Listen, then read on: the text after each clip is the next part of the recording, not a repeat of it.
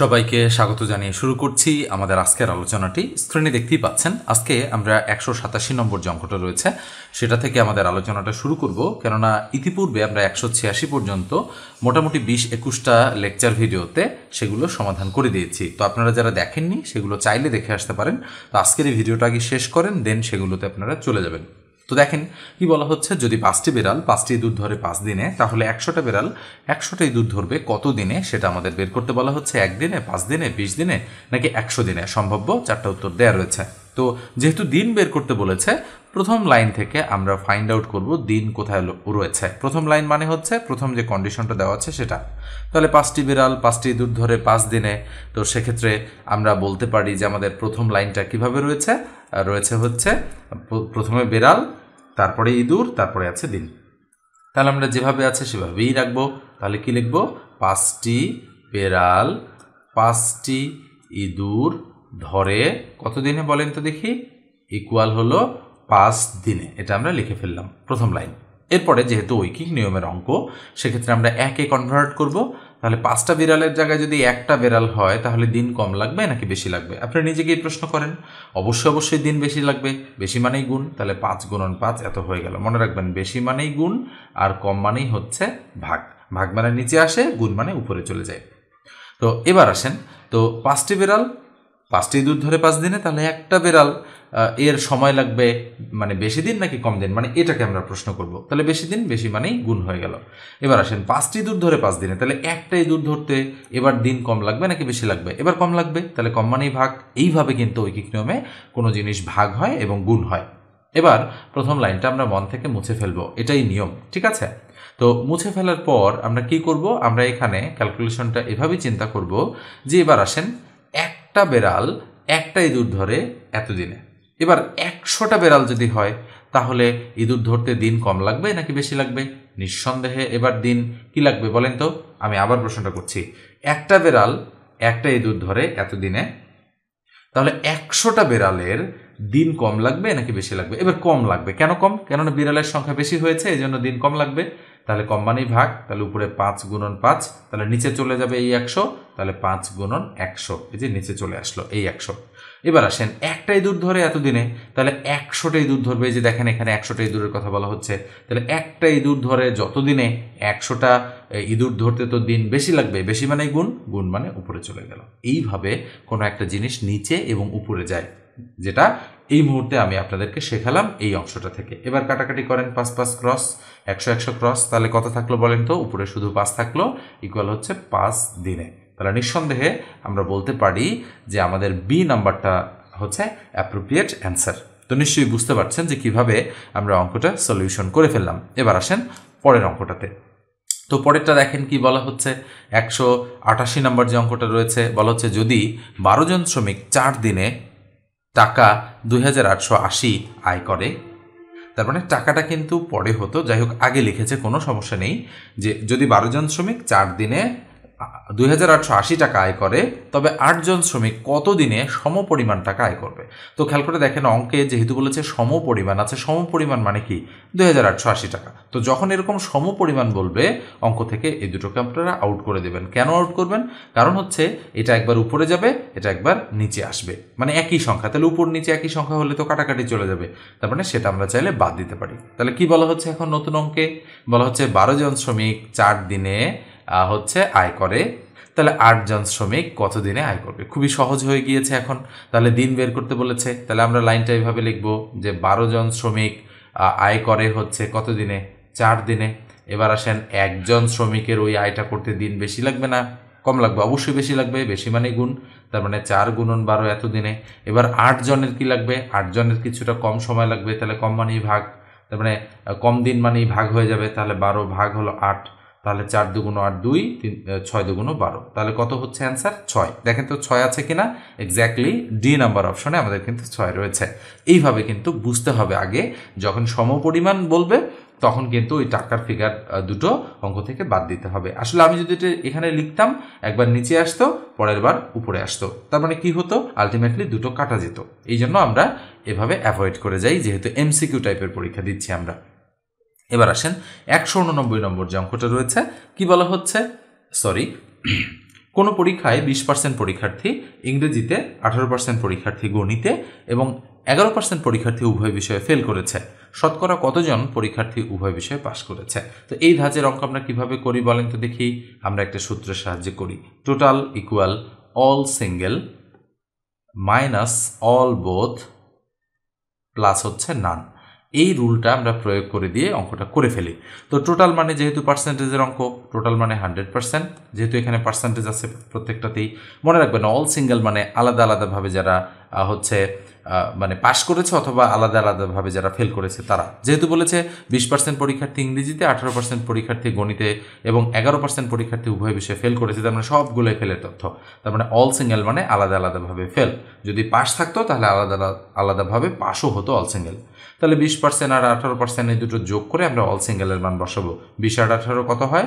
38 বা 38%। Minus all both মানে কি? অল বোথ মানে আলাদাভাবে মানে দুটো বিষয়ে ফেল করেছে যারা। তাহলে গণিতে 11% পরীক্ষার্থী উভয় বিষয়ে ফেল করেছে, তার মানে 11% হচ্ছে উভয় বিষয়ে ফেল। তাহলে শতকরা কতজন উভয় বিষয়ে পাশ করেছে?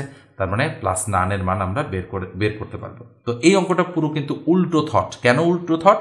কারণ হচ্ছে এখানে ফেলের তথ্য দেওয়া আছে, উভয় বিষয়ে ফেলের তথ্য দেওয়া আছে, আবার শতকরা কতজন উভয় বিষয়ে পাশ করেছে সে বিষয়টা বের করতে বলেছে। এই জন্য আমরা পুরো উল্টো জিনিসটা এখানে করেছি। তাহলে 38 থেকে 11 বাদ দিলে কত থাকে? তাহলে আমি এখানে 100% রাখলাম, ইকুয়াল 1 আছে 8 তার মানে 7, 1 আছে 3 তার মানে 2, তার মানে 27% প্লাস হচ্ছে নান। আচ্ছা বলেন তো এই 27% যদি এইদিকে আসে তাহলে 100% মাইনাস 27% হয়ে যায় কিনা? অবশ্যই, ইকুয়াল হচ্ছে নান। তাহলে কত হচ্ছে? 100 থেকে 27 যদি বাদ দেই তাহলে কত থাকে? 73 নাকি? এক্স্যাক্টলি আমাদের 73 থাকে। তাহলে 73% হচ্ছে আমাদের নানের মান। তার মানে উভয় বিষয়ে পাশ করেছে কত? হচ্ছে 73%। কোথায় রয়েছে অ্যান্সারটা? এই যে দেখেন, বি নম্বর অপশনে রয়েছে। নিঃসন্দেহে বুঝতে পারছেন যে আমরা কিভাবে অঙ্কটা ক্যালকুলেশন করলাম। তবে এই অঙ্কটা ইম্পর্টেন্ট আছে, কেননা ম্যাক্সিমাম সময় পাশের তথ্য দেওয়া থাকে আর মানে উভয় বিষয়ে ফেল করেছে কতজন, এরকমভাবে কিন্তু তথ্যগুলো বের করতে বলা হয়, কিন্তু এখানে একটু অন্যরকমভাবে বলেছে। এই জন্য আমি কিন্তু পুরো থটটাকেই বা পুরো চিন্তাটাকেই উল্টে দিয়েছি এখানে মান বসানোর সময়। এটা একটু খেয়াল রাখবেন আপনারা। এবার পরেরটাতে আসেন। পরেরটা কি বলা হচ্ছে? একটি তেলপূর্ণ পাত্রের ওজন 32 কেজি এবং অর্ধেক তেল থাকাকালীন পাত্রের ওজন 20 কেজি। পাত্রটির ওজন কত? এই অঙ্কগুলো কিন্তু কিছুটা সংখ্যা চেঞ্জ করে আপনাদের দিয়ে দেওয়া হয়। তো আমি করে দিয়েছি ইতিপূর্বে, তারপরে যেহেতু রিপিট এসেছে এই জন্য আমি আরেকবার করে দিচ্ছি। দেখেন একটু ভালো করে। যেহেতু আমাদের বলা হচ্ছে যে তেলপূর্ণ পাত্রের ওজন, তার মানে একটা আছে আমাদের পাত্র আর একটা আছে তেল, তাই না? তার মানে পিতে পাত্র ধরলাম, ওতে অয়েল বা তেল ধরলাম, আমরা এটা ধরে নিলাম। তাহলে একটি তেলপূর্ণ পাত্রের ওজন 32 কেজি, তার মানে পুরো পাত্র প্লাস পুরো অয়েল। আচ্ছা, ওতে অয়েল না ধরে আমরা যেহেতু পাত্র আর তেল বলেছে আমরা পি আর টি ধরলাম, পিতে পাত্র আর টিতে তেল। ওকে, তাহলে পি আর টি পুরোটা যোগ করলে আমাদের হবে 32 কেজি। নিঃসন্দেহে বুঝতে পারছেন একটি তেলপূর্ণ পাত্রের ওজন 32 কেজি, তার মানে আমরা ধরলাম যে এটা হলো পাত্র আর এটা হলো তেল। তাহলে পুরো পাত্র পুরো তেল ইকুয়াল 32 কেজি।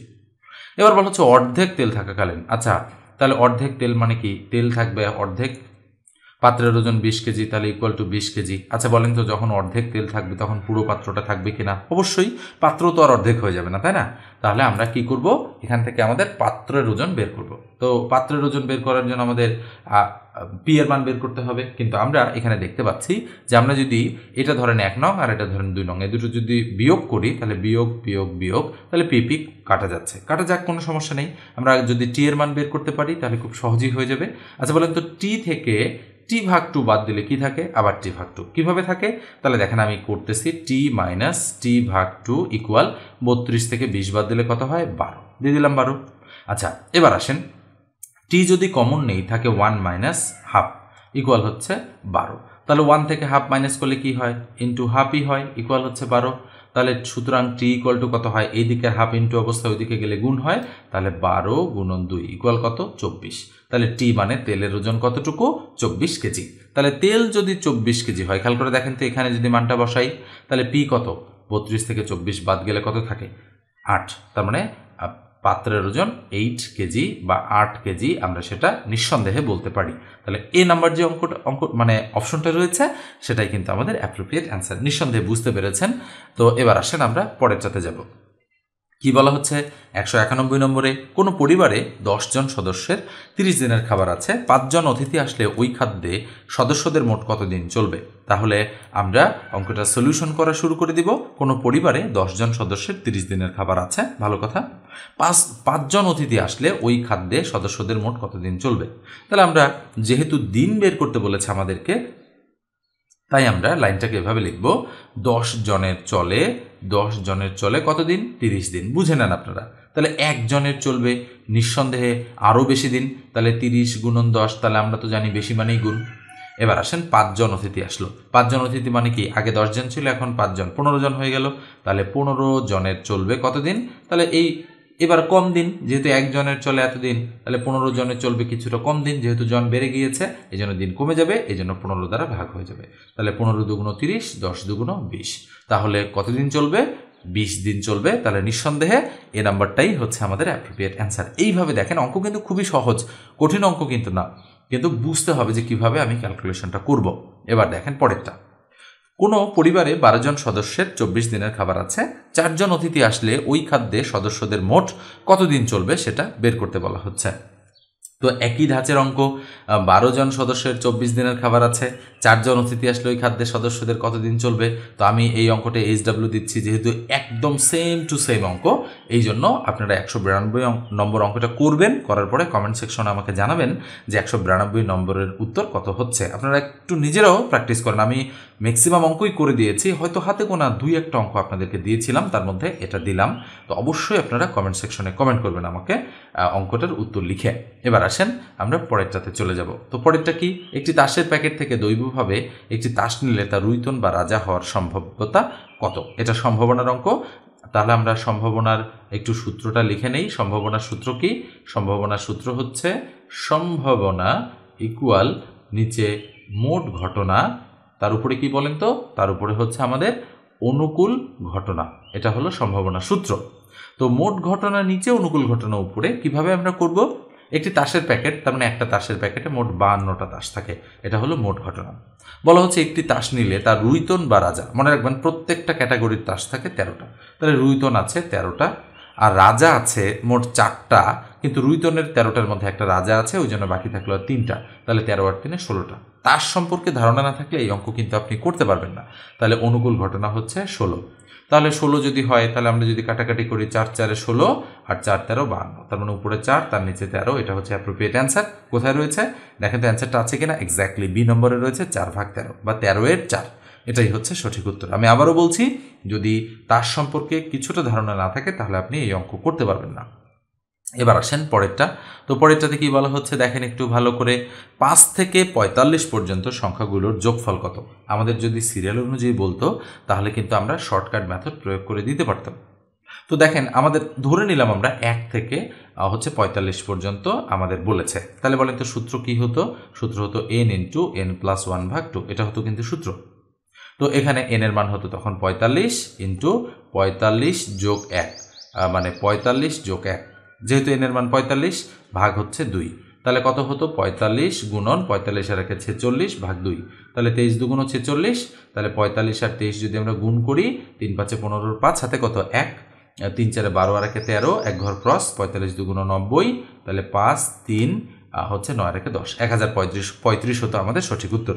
কিন্তু যেহেতু 5 থেকে বলেছে, তার মানে 1 থেকে 4 পর্যন্ত এখানে কিন্তু বাদ চলে গিয়েছে 4 পর্যন্ত। তো আমরা একটু 4 আর 3 7, 7 আর 2 9, 9 আর 10, তাহলে 10 এখান থেকে বাদ দিয়ে দিব, তাহলে কত হয়? 1025। এইভাবে আমাদের কিন্তু বুদ্ধি খাটিয়ে অঙ্কটা করতে হবে। তার মানে 1025 হচ্ছে সঠিক উত্তর। খেয়াল করে দেখেন, এখানে কিন্তু 5 থেকে বলেছে, এই জন্য আমরা 1 থেকে 4 পর্যন্ত এখানে বাদ দিয়ে দিয়েছি। কেন বাদ দিয়েছি? কারণ এটা তো পুরোটারই যোগফল আমরা আগে নির্ণয় করেছি।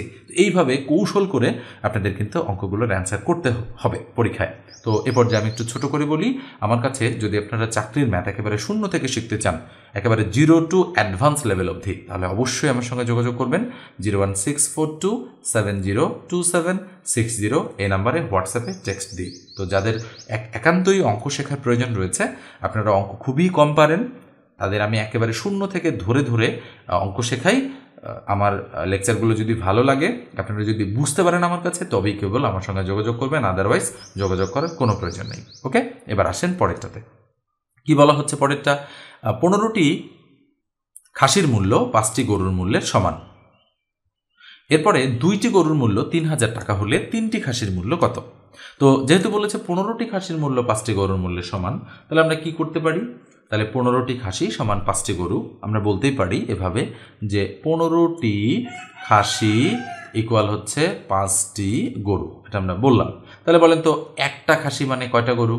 তাহলে নিঃসন্দেহে বলা যায় একটা খাসি মানে 5/15টি গরু। এখন এই জিনিসটাকে আমরা উল্টিয়েও এভাবে বলতে পারি যে 5টি গরু ইকুয়াল 15টি খাসি। ওকে, এভাবে বলাই বেটার। কেন বেটার? কেননা একটি গরু মানে তখন 15কে যদি আমরা 5 দ্বারা ভাগ করি ইকুয়াল 3টি খাসি হয়ে যাবে। এখন এই বিষয়টা থেকে আমরা ডিসিশনটা খুব সহজে নিতে পারবো যে একটা গরু মানে 3টা খাসি। এবার বলা হচ্ছে 2টা গরুর মূল্য 3000 টাকা। আচ্ছা বলেন তো 2টা গরু যদি 3000 টাকা হয় তাহলে একটা গরু কত? 1500 টাকা। তাহলে একটা গরু যদি 1500 টাকা হয় তাহলে 3টা খাসিও 1500 টাকা। তাহলে আমরা বলতে পারি 3টা খাসির মূল্য 1500। তাহলে বলেছে 3টে খাসির মূল্য কত? তাহলে নিঃসন্দেহে 1500 টাকাই সঠিক উত্তর, যেহেতু একটা গরু সমান 3টা খাসি। তো এইভাবে বুদ্ধি খাটিয়ে অঙ্কটা করে ফেলতে হবে। বি নম্বরটা সঠিক উত্তর। এবার আসেন পরেরটা। কি বলা হচ্ছে? 196 নম্বর অঙ্কে বলা হচ্ছে যে নিচের কোন সংখ্যাটি ক্ষুদ্রতম? তো এই ধাঁচের একটা কিন্তু আসতে পারে, মাথায় রাখবেন, এবং কম্পেয়ার করে করে আমরা অঙ্কটার সলিউশন করব। তো কি বলা হচ্ছে? উপরে 2, তার নিচে 7, উপরে, আচ্ছা আমরা যেহেতু এখানে লেখা রয়েছে আমরা এখান থেকেই কম্পেয়ারটা করব। তো এইরকম যদি ছোট বড় বের করতে বলে, যেহেতু আমাদের ক্ষুদ্রতম নির্ণয় করতে বলেছে, তো আমরা করব কি, কোনাটা গুণ করব। তাহলে 2 আর 6 গুণ করলে কত হয়? 6 2 12 লিখবো এখানে। এরপর আসেন এবার এই কোনাটা গুণ করব। 7 আর 3 গুণ করলে 3 7 21 আমরা এখানে লিখে ফেলবো। কোনটা বড় কোনটা ছোট? 12 বড়, না সরি 12 ছোট 21 বড়। যেহেতু ছোটটা বের করতে বলেছে তাই আমরা 21কে ক্রস করব, 21 বরাবর উপরেরটা আমরা বাদ দিব। তাহলে এটা এখন আমাদের কাছে বাদ চলে গিয়েছে। এখন কোনটা? এখন এটা ছোট আছে। এবার এটা আর এটার মধ্যে কম্পেয়ার করব। মনে রাখবেন এই কোণাটা আগে গুণ করতে হয়। তাহলে 21 দুগুণ কত? 42। তাহলে 42 লিখে ফেললাম এখানে। এবার কি করব? এটা আর এটা গুণ করব। তাহলে কত হবে? 7 আর 5 গুণ করলে 5 7 কত? 35 লিখলাম। তাহলে 42 বড়, 35 ছোট, তাই এটাকে ক্রস করলাম। এবার এই দুটোর মধ্যে কম্পেয়ার হবে। কিভাবে কম্পেয়ার হবে এই দুটোর মধ্যে? দেখেন কম্পেয়ার হবে এইভাবে যে 3 আর 5 গুণ করব। 3 5 কত হবে? 3 5 15, 15 লিখে ফেললাম এটার এখানে। এবার আমরা এইটা আর এটা গুণ করব। তাহলে 21 একে কত? 21 একে আমাদের হচ্ছে 21। তাহলে কোনটা বড়? আমাদের 21 বড়, 15 ছোট, তাই আমরা এটাকে ক্রস করলাম। তাহলে নিঃসন্দেহে 5/21 এই সি নাম্বার অপশনটাই আমাদের অ্যাপ্রোপ্রিয়েট অপশন, যে এটাই হচ্ছে ক্ষুদ্রতম এই 4টা সংখ্যার মধ্যে। তাই সি নাম্বারটাই অ্যাপ্রোপ্রিয়েট অ্যান্সার। তাহলে নিঃসন্দেহে বুঝতে পেরেছেন কিভাবে আমরা অঙ্কটা সলিউশন করলাম। এবার আসেন পরেরটা। তো 197 নম্বর অঙ্কটা একটু আগেই কিন্তু এই ধাঁচের অঙ্ক আমি 2-3টা করে দিয়েছি আপনাদের। মনে রাখবেন ঐকিক নিয়মের এই ধাঁচের অঙ্ক একটা কিন্তু অবশ্যই আসবে। কোনো ছাত্রাবাসে 40 জন ছাত্রের 30 দিনের খাবার আছে। 5 দিন পর আরও 10 জন ছাত্র আসলে অবশিষ্ট খাদ্য তাদের কতদিন চলবে? তো আমি আবারও করে দিচ্ছি। যেহেতু বলা হচ্ছে 5 দিন পর, তার মানে 5 দিন অতিবাহিত হয়ে গিয়েছে। তাহলে 5 দিন ক্রস করে দিলাম, আর দিন বাকি থাকলো 25 দিন। বোঝেন নিশ্চয়ই। এবার আমাদের ঐকিক নিয়ম বলে যে জন আর দিন প্রথম লাইনে থাকলে গুণ হয়। তাহলে কি হবে? 25 আর 40 আমরা গুণ অবস্থায় লিখব। এবার হবে আরও 10 জন ছাত্র আসলো। আচ্ছা কতজন ছিল আগে? 40 জন। আরও কয়জন এসেছে? 10 জন। তাহলে মোট কতজন হলো? 50 জন। তাহলে 50 দ্বারা আমরা ভাগ করে দেব। মুহূর্তের মধ্যে অঙ্ক কিন্তু হয়ে যাবে। তাহলে 25 দুগুণ 50 2, 20 দুগুণ 40, তার মানে 20 হচ্ছে আমাদের কি অ্যাপ্রোপ্রিয়েট অ্যান্সার। এই যে দেখেন বি নম্বরটা রাইট। কিন্তু আপনি যদি এই অঙ্কটা লিখে লিখে করতে যান তাহলে অনেকটা সময় কিন্তু ব্যয় করে ফেলবেন। অত সময় কিন্তু এমসিকিউ টাইপের পরীক্ষায় দেওয়া হয় না। তো আমি আবারও একটু আপনাদের বলছি যে কি বের করতে বলেছে। দেখেন দিন বের করতে বলেছে, আপনারা দিনটাকে ডান দিকে রাখবেন। তাহলে প্রথম লাইনটা লেখার সময় আমরা দিনটা ডান দিকে রাখবো। কিন্তু যেহেতু এখানে বলেছে যে 40 জন ছাত্রের 30 দিনের খাবার আছে 5 দিন পর, আচ্ছা বলেন তো 5 দিন ওই 40 জন ছাত্র খাবার খেয়েছে কিনা? খেয়েছে। তার মানে আমরা বলতে পারি দিন বাকি হচ্ছে 30 - 5 = 25 দিন বাকি। এই জন্য আমরা 5 আর 30 কেটে এখানে 25 লিখেছি, 25 দিন। এবার যেহেতু বলেছে আরও 10 জন ছাত্র আসলো, তাহলে আরও 10 জন মানে আগে 40 জন ছিল, এখন আরও 10 জন আসলো, এখন মোট ছাত্র হলো 50 জন। এবার আমরা লাইনটা এইভাবে লিখবো যে 40 জনের খাবার আছে 25 দিনের। তাহলে 1 জনের খাবার আছে বেশি দিনের, তাহলে 25 আর 40 গুণ করলাম। এবার আসেন তাহলে 50 জনের খাবার আছে কত দিনের? তাহলে 50 জনের খাবার আছে, তাহলে 25 গুণন 40। এবার 50 জনের কম দিনের, তাহলে কম মানে ভাগ হবে 50 দ্বারা, এই জন্য নিচে চলে এসেছে। 25 দুগুণ 50, 20 দুগুণ 40। তাহলে নিঃসন্দেহে বুঝেছেন। এর আগেরটাতে যদি একটু কম বুঝে থাকেন এটাতে ক্লিয়ার হয়ে গেল ডাউটটা। এবার দেখেন আমরা পরেরটাতে চলে যাচ্ছি। তো পরেরটা কি? পরেরটা হচ্ছে কোনো বছরে একটি গ্রামের লোকসংখ্যা 12% বাড়ে, বছরের শেষে লোকসংখ্যা 3360 হলে বছরের শুরুতে লোকসংখ্যা কত ছিল? তো যেহেতু পার্সেন্টেজের অঙ্ক, শুরুতে ছিল 100%, সেটা আমরা ধরে নিলাম। ধরে নেওয়ার পরে আমরা করব কি, যে 12% বেড়েছে প্রতি বছর, মানে 12% বাড়ে লোকসংখ্যা, বছর শেষে 3360, তার মানে 100% আর 12%, তাহলে 112%-এর ভ্যালু অবশ্যই 3360, নিঃসন্দেহে এটা আমরা বলতে পারি, কেননা বাড়ার পরেই তো আমাদের 3360 হয়েছে, তাই না? তাহলে 1% মানে কত? 112 দ্বারা ভাগ।